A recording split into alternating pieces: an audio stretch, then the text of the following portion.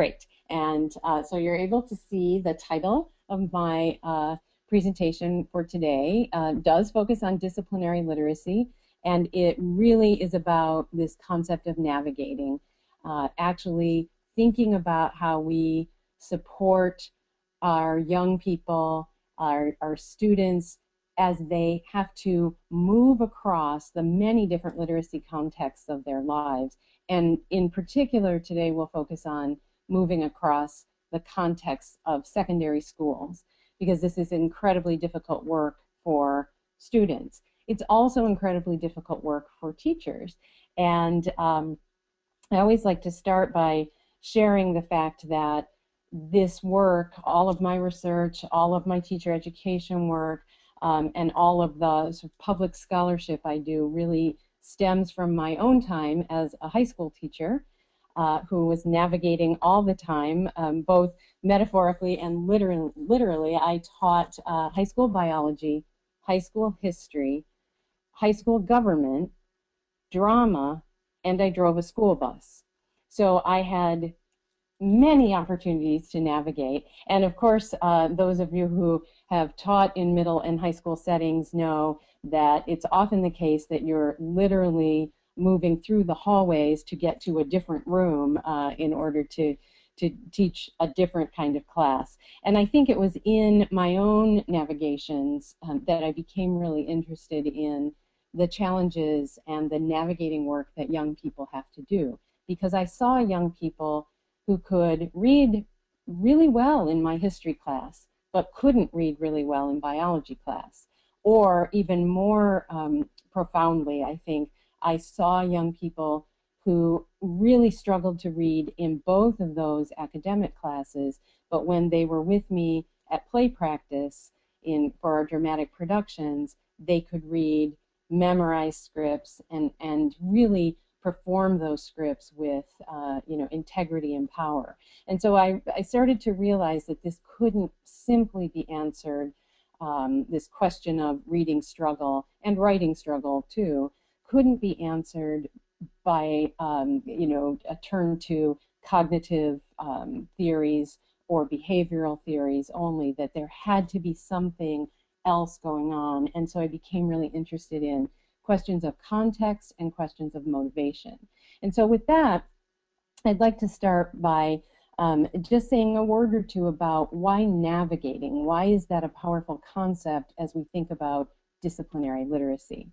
And so I'll move to this first slide and simply say that the reason we have to think about navigating as we think about changing our teaching practices, our teacher education practices, and our research and policy is that youth have to navigate all the time. And that, of course, means that their teachers have to navigate as well.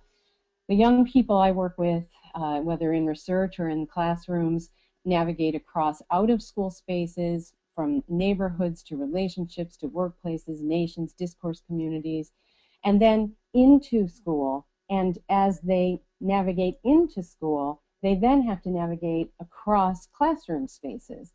And we know that this is a big difference between elementary school, where children tend to stay with the same teacher for most of the day, except when they leave for specials, art or music or PE in the schools where those are still actually offered. And with elementary students, they have that security and stability of the same teacher who knows their reading skills and knows their reading practices, their interests and their motivations, and can help them with that navigational work that they do across the different subjects of elementary school. When they move to middle school, everything changes unless they're in a very unusual middle school setting. And when they move to high school, things become even more marked as different territories.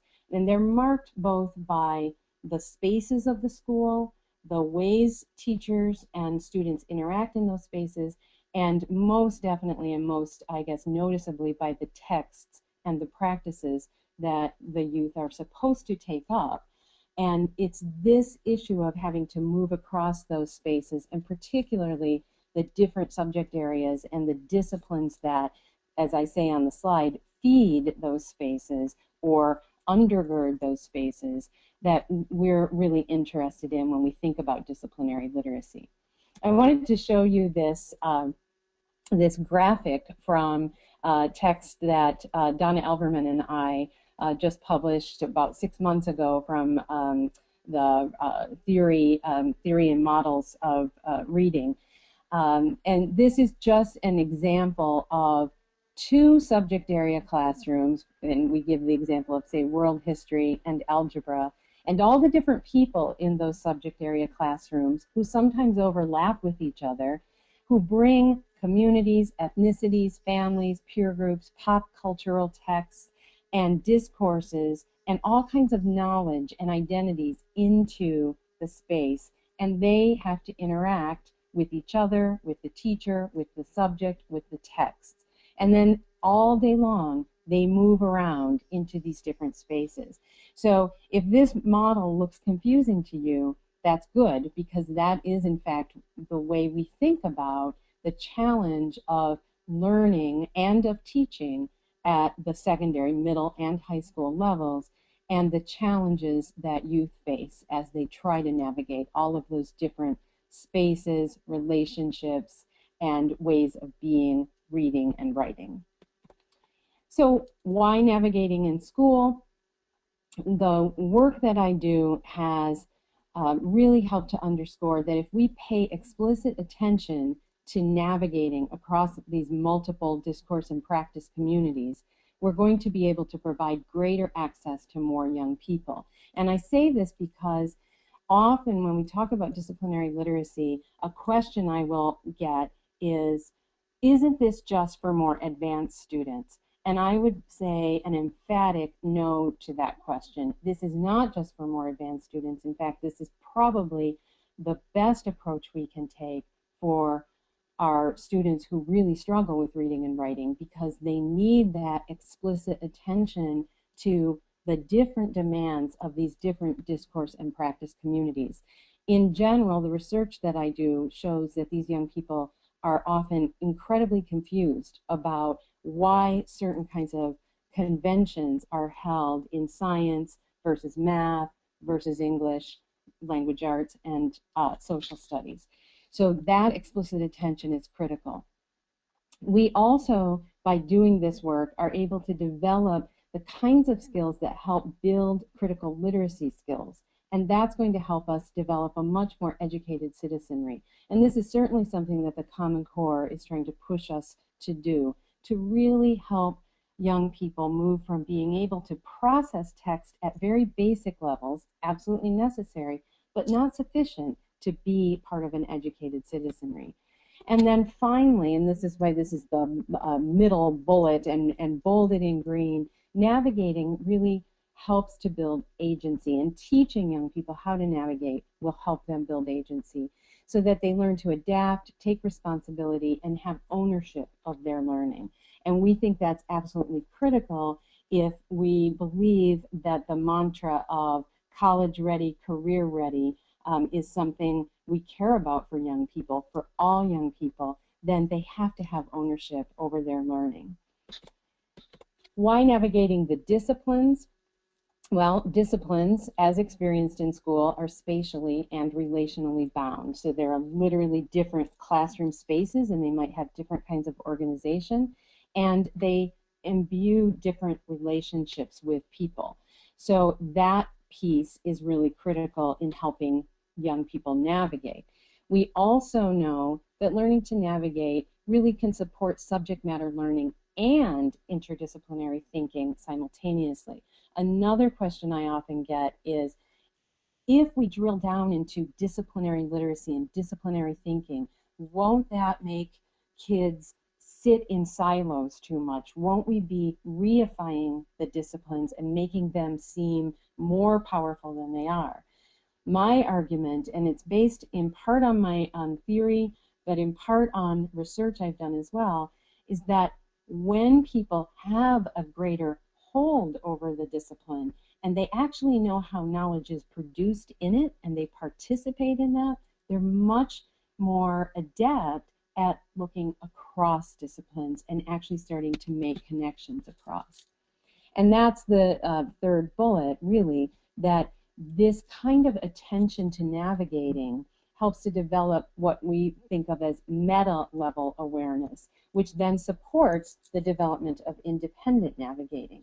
So the more often that teachers can say things like the chemistry teacher I worked with, who used to say, in mathematics, you estimate numbers. In chemistry, we have to look at significant digits. Those kinds of markings and indexing of different disciplines and their conventions and their practices, including the reason why those practices exist, really help young people to be more independent, so they're not just at the whim of the discipline. Now, what does all of this have to do with literacy? This probably could sound like an argument for disciplinary learning writ large, and it is an argument for disciplinary learning, because my argument is that subject matter learning is not merely about learning the stuff, the concepts, the facts, the information of a discipline. It's also about the processes and practices by which the stuff is produced. And the stuff is only produced when it's communicated, and it's only communicated through language and language writ large. Different kinds of images and graphic representations count in our thinking about language. But that communication through language, through all kinds of texts, is critical to disciplinary learning. And that some of the power of having knowledge comes from being an active part of its production rather than from merely possessing it. And the bottom line is that disciplinary subject area language codes and text practices are primary tools for and sites of navigation.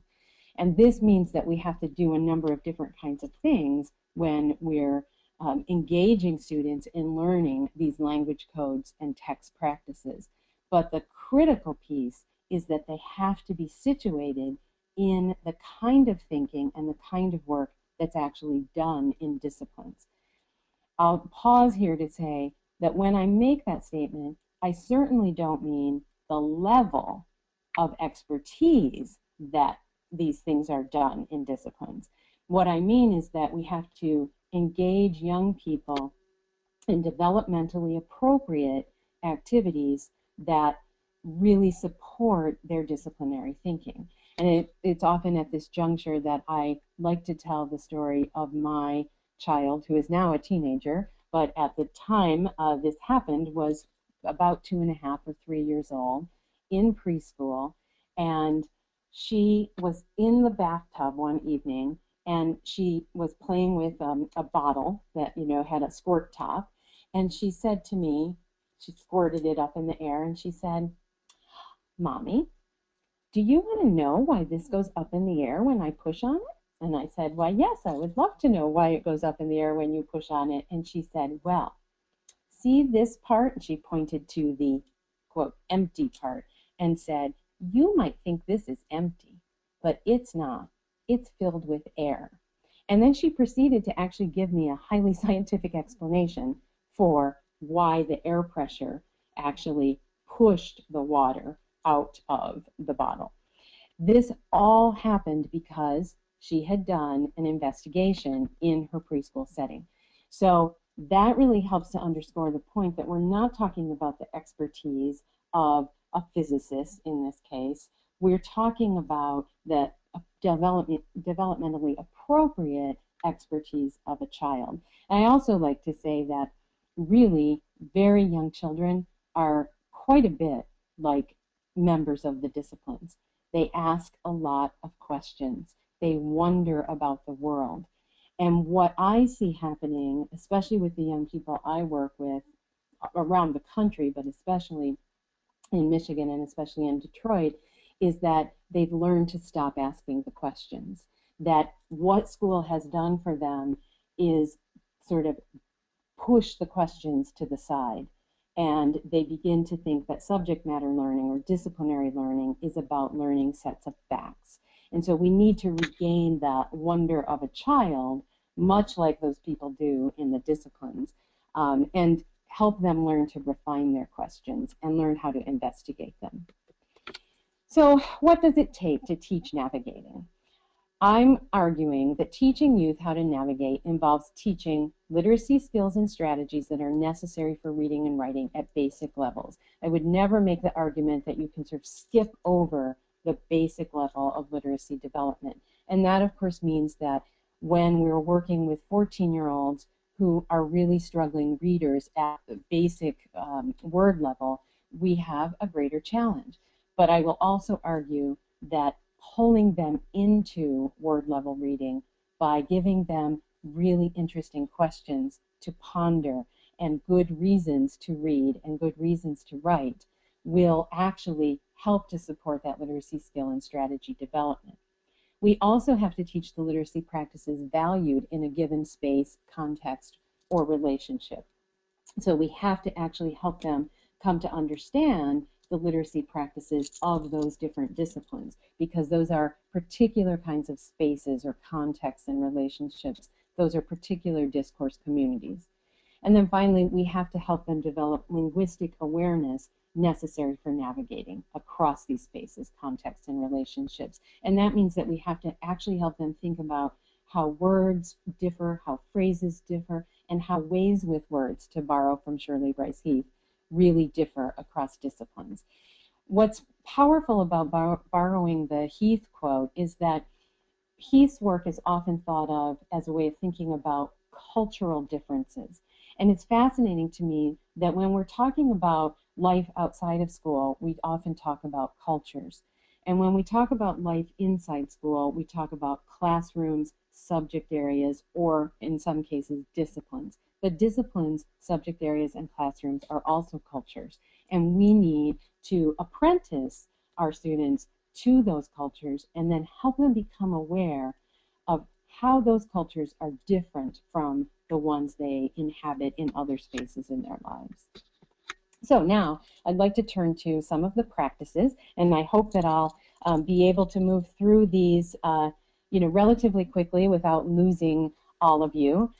It's always fun to give a talk to my computer screen. It's hard to know how people are taking this up, but I will try to move through this at a fairly even pace. So what I have developed is a set of sort of code words, and I'm sorry for putting so much text on the screen, but I really wanted all of these words on the page or on one screen at the same time so that they'd sort of imprint for you. I like to think of 5 or 6 E's if you flesh it out, if you flesh out bullet 3. I like to think about exposing all our students, whether we're talking about kindergarten students, pre-kindergarten students in the example of my daughter, through graduate school, to learn to navigate to the different text languages and practices and their own identities of school and everyday life. And to do that, to expose them, we want to then think about how we engage them, in this case, in the practices of the disciplines. So the practices here that are most central to our conversation tonight are the practices for generating and communicating knowledge, because we're interested in the role of literacy in this learning space. Then we have to recognize that because they're not experts, we can't just engage them in the practices in the same way a scientist or an historian or a mathematician or a literary theorist might. We absolutely have to give them support for that engagement. So we have to both elicit and engineer the necessary domain knowledge, skills, and practices for meaning making. We can't assume that our students will have those skills as they walk in the door. And that means that beyond developing basic literacy skills, we also have to be developing the skills necessary for communicating and generating knowledge in the disciplines. And we have to help them develop the conceptual knowledge as well. Then, as part of that eliciting and engineering, but a part that is so important that I wanted to pull it out, we have to engage students in examining words, phrases, and symbols, and their varied meanings, both within disciplines and outside of the disciplines and across other disciplines and even into everyday life. So this is more than simply teaching academic language, but that is a key piece of it. We absolutely have to teach academic language, disciplinary language, but we also have to teach them those ways with words. And then finally, we want to engage them in evaluating why, when, and how these different ways are useful, and why, when, and how they are not useful, because that's part of navigating.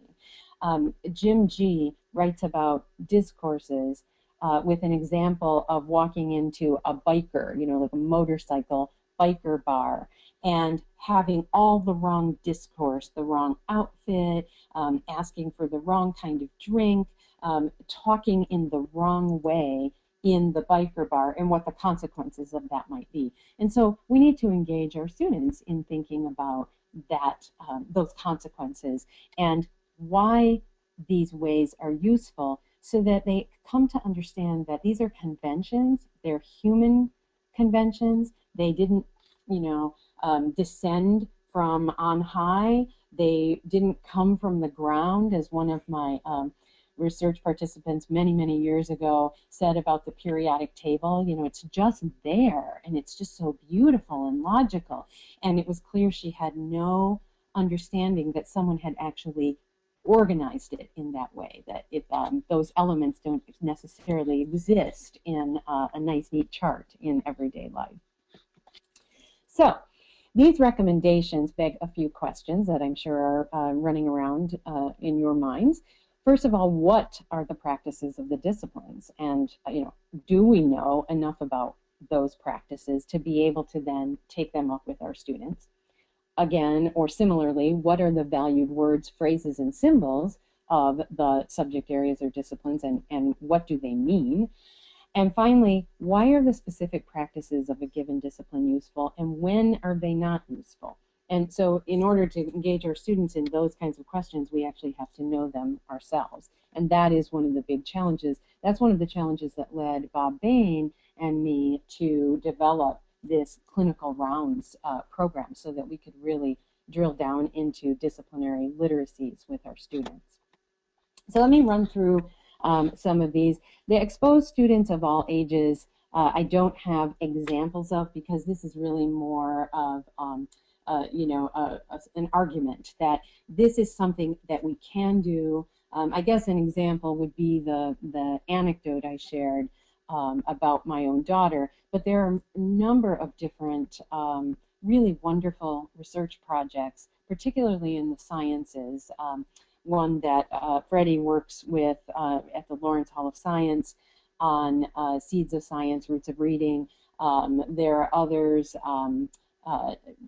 Vitaly and Romance, and their work with older elementary students, and then of course the work of Reading Apprenticeship and Cindy Greenleaf's work that really help us think about work at the middle school and high school, and even now at the post-secondary level. So this exposing students of all ages seems critical to me.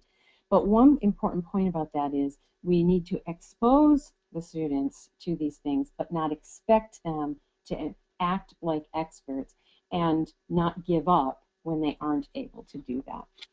We need to engage them in the practices of the discipline. So what does that mean?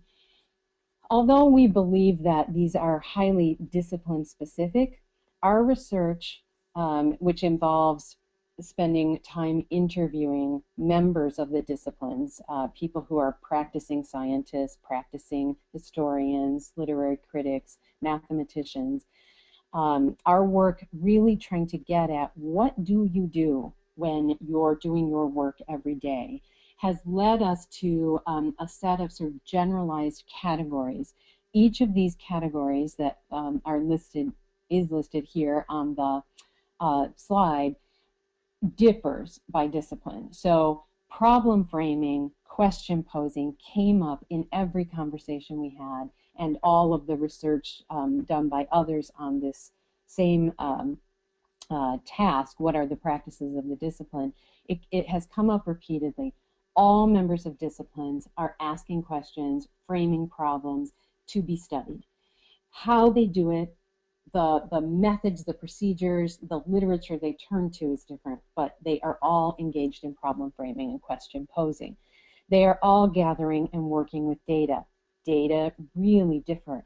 Historians' data are very different from natural scientists' data. And so we need to think with our students about how those data are different, but we need to actually know that we have to have them gathering data and working with it in order to engage them in these practices. All the members of the disciplines we worked with multiple texts, so this is really important. We have a tendency, especially in high school, to work with single texts, and members of the discipline are always engaging with multiple texts. I'll throw in here that a question I often get is, how can you do that when kids sometimes are struggling readers? We don't have to have them working with book length multiple texts. We can give them pieces of text, so we can reduce the amount of text and really help to frame it in ways that support and scaffold the developing reading skill or writing skill of our students. They all engage in questioning the text and themselves and each other, summarizing and synthesizing across those texts. We know from NAEP data that many of our young people can actually find the main idea in a passage, but they really struggle with synthesizing multiple passages' main ideas and actually being able to make a claim or an argument about those passages. We need to engage young people in examining and evaluating claims, because that is absolutely the work of the disciplines. And then finally, they need to actually communicate the knowledge that they've gained in their investigations as they've done all of these other pieces. One of the things that I try to underscore is that although these dimensions should not be seen as constituting an ordered set, the last thing I want to have happen is people to take away from this that there's a lockstep set of procedures one must follow, that someone might loosely call the scientific method. I really want people to think about these things being iterative. Sometimes when I'm gathering data as a social scientist, I actually communicate knowledge, and from that I get new ideas that help me reframe my question. But the one thing I will say is that problem framing and question posing is absolutely essential, and that when starting an investigation, it does seem to be a necessary first step. It doesn't mean that the problem can't be reframed, but that if one doesn't begin with a problem or a question, then the whole purpose for engaging in the rest of the practices, and particularly for reading and writing texts, is lost. Examining and evaluating claims is another absolutely critical practice, because if we're not engaging our students in really looking at the claims that they're making and that others are making, then we're not engaging them in the social part of the discipline. And it could be read as independent work that an individual can do, but disciplines are social, they're cultural, and that the conventions, especially the language conventions, are all about being able to make claims and communicate them. Here's an example, or not an example, a different representation of the same parts of this set of practices, and I wanted to show these different dimensions in this circle to try to get at the idea that these aren't some sort of lockstep kind of set of procedures, but in fact that this is really a process and a cycle, and that we could really go in any direction, and these are all interconnected. So now to the heart of the really hard work. So we might engage our students in those practices. We might expose them to the conventions of the discipline and then engage them in these incredible practices, and it flops because we haven't actually scaffolded their development of knowledge, what I like to call necessary knowledge, what Patricia Alexander and her colleagues have called bridging knowledge. So this is the central piece of the work. And here's where I'm going to try to show a few examples. I'm drawing these examples from two book chapters that I published. One is published with Jennifer Spire, who at the time was a student teacher, one of my student teachers, and we co-taught a unit for 2 weeks. That's the first one on this list. And the second one draws from some of the work with Jennifer and some additional work in science classrooms. So I just put those references there, and I believe that the Alice at the Text Project will make those available to you. So in order to build this necessary knowledge, we need to do a number of different things. One is read often and read closely with our students. I hope you see the italics on with our students.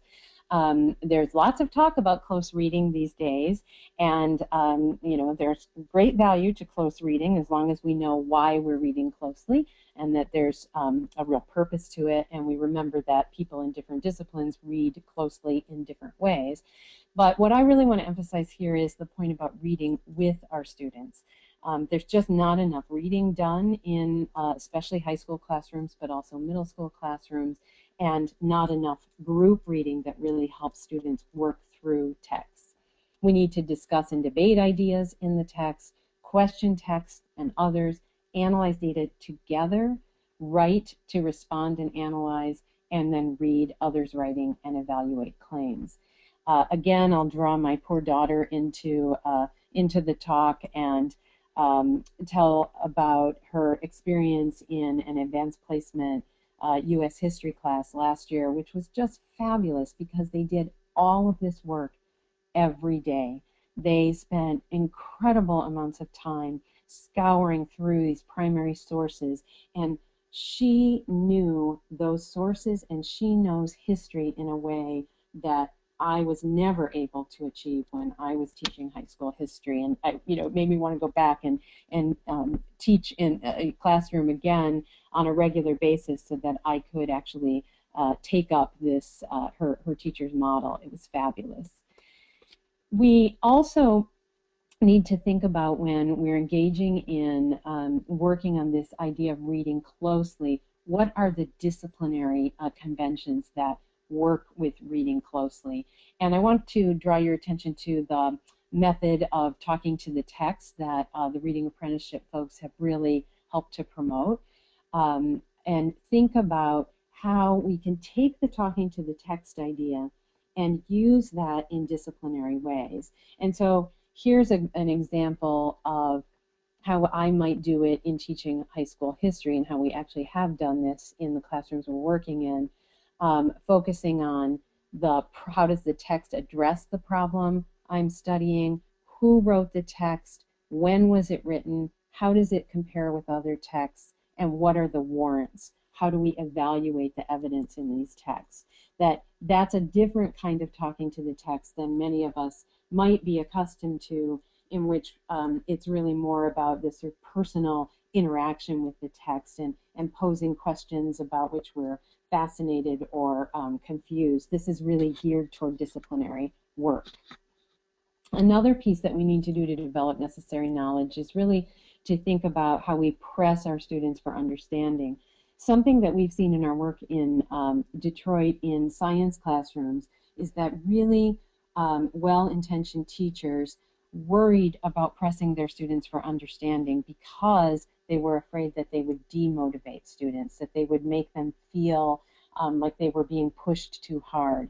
We want to argue just the opposite, that when students are sort of held accountable for how they made sense of something in a text, they begin to develop skills that allow them to feel much more successful and more agentic.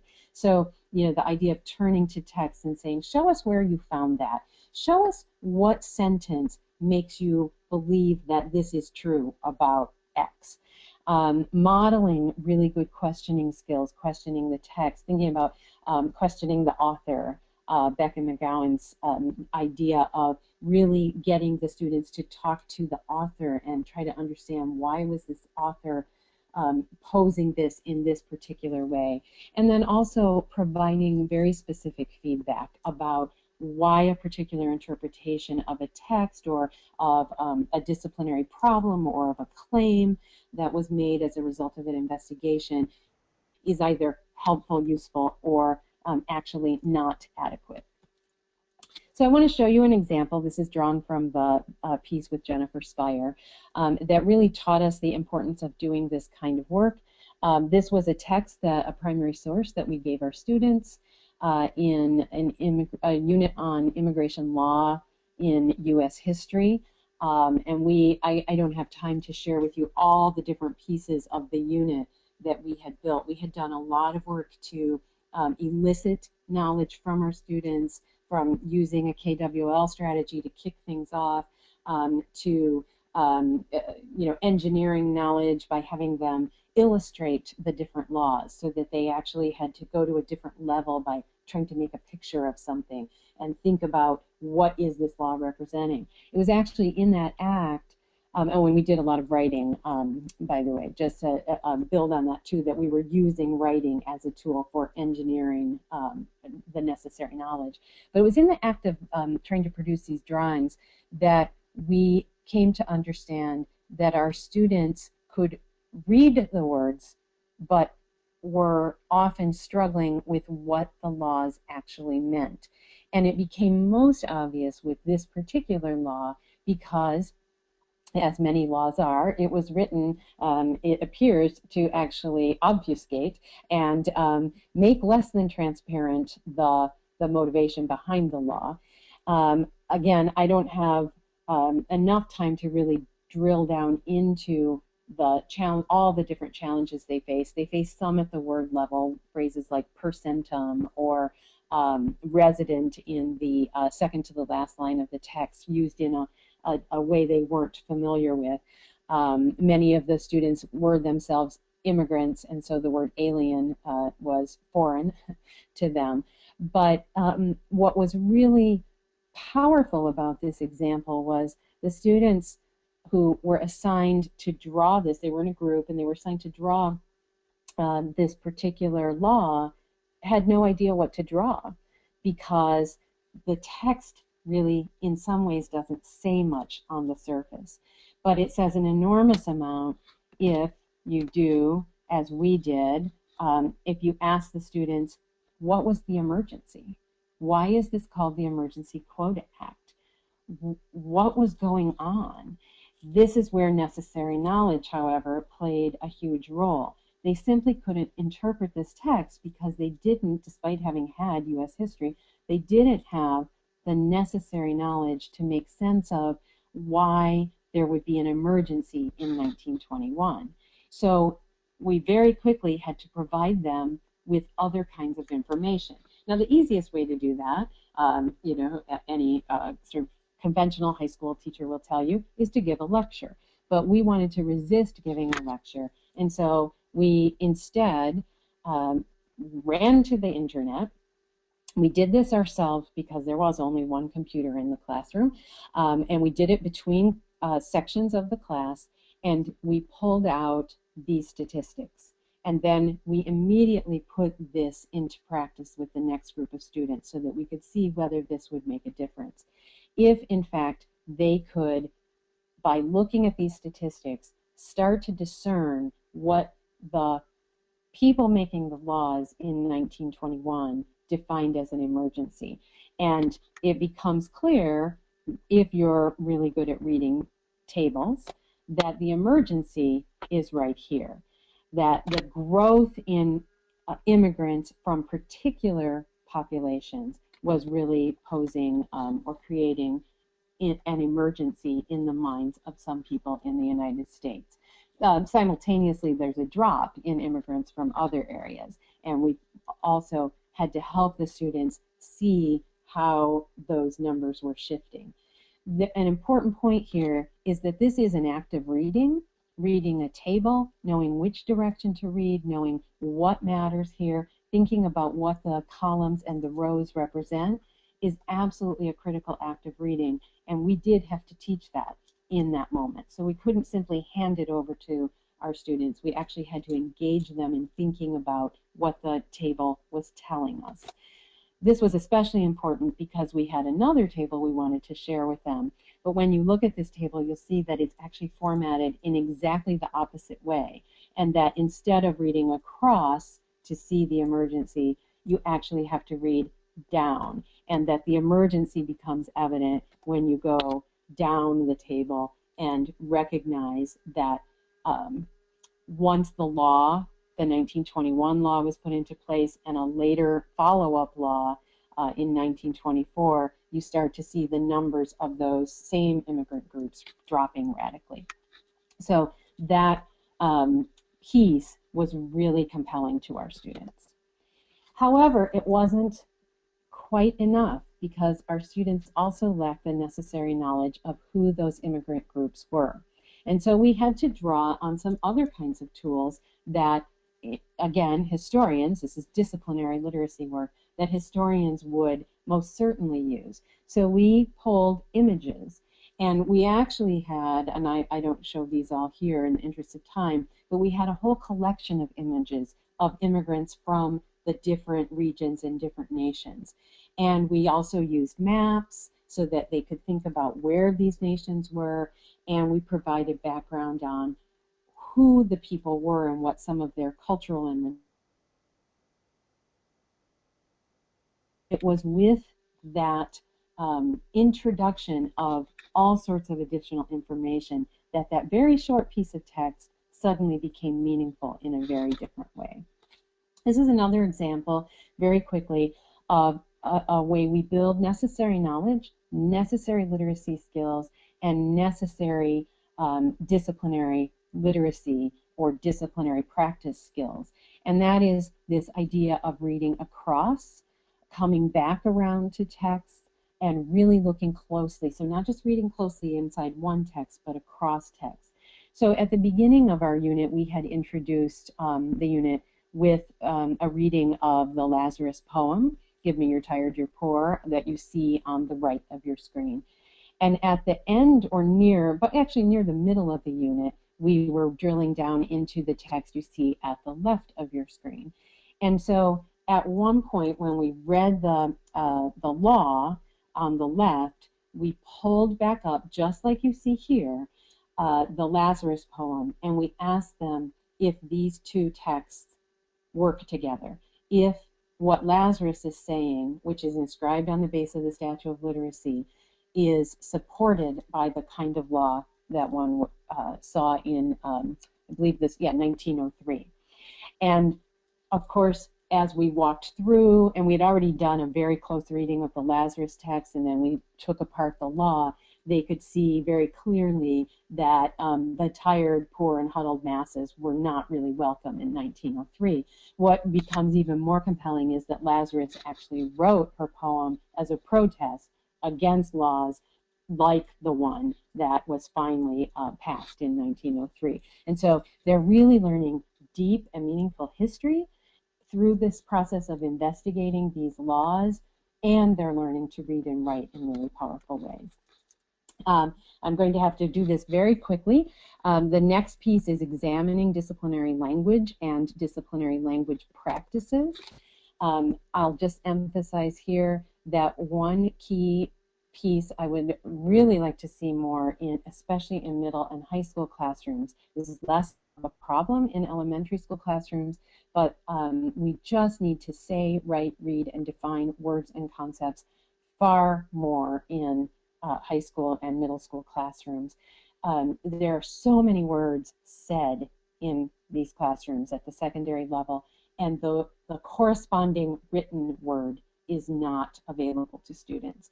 And they really struggle, and especially if they're struggling readers, they really struggle to put those oral language concepts together with those in written language. We need to engage them in visualizing words and concepts, so really even visualizing the concept of immigrant was really powerful, and how those concepts might change over time in the work that we did with the images that we gave them. We need to just discuss words, talk about what is a pauper, and look them up in the dictionary, and then play with those words and think about how if you use them in different spaces, different times, different ways, what would that do for the arguments and the texts you're trying to produce. How would a claim be changed if we use different words? Another thing that we can do in this work that's focused on the examination of language is, let's go back to some of the really wonderful tried and true comprehension strategies that we know are available to us for teaching, and think about things like semantic feature analysis, and how a semantic feature analysis, which really helps our students think about the differences between or among confusing words that seem quite similar, by asking them to actually identify the features of particular concepts with putting a plus and a check and a minus or a question mark into these boxes, that this kind of strategy shouldn't be put aside because we're thinking about disciplinary literacy. These kinds of tools are absolutely appropriate. They just have to be done to advance disciplinary language development and literacy development. Here's another example. One of my very favorite tools to really dig down into language is the use of the Freyer model, where we're really teaching kids how to distinguish between what something is and what it is not, instead of just turning them to a definition. And that focus on an example or an image is a way to bring that concept or that word to life. So I wanted to include these just two among many different examples of how we can really advance vocabulary instruction, in part because for some people they think because we've moved to talk about disciplinary literacy, we have to put aside some of the wonderful strategies and tools that we have developed throughout the history of the study of reading, and I disagree with that. Finally, to really get at the notion of language practices, I love to use newspaper articles. And so this is actually an internet passage, but I love to engage students in looking at how science or history, how novels are presented, how mathematics is presented in the newspaper, because the newspaper is this funny mashup of the disciplinary and then sort of the everyday. And so words are used like about 5 lines down, in which a virus is hijacking our genes. This is really an interesting word, hijacking. Is a virus alive? Well, as it turns out, scientists don't actually know if a virus is a living thing or if it's some entity we don't understand. So this is a really powerful way to think about, is that an appropriate word? Would a scientist use that word?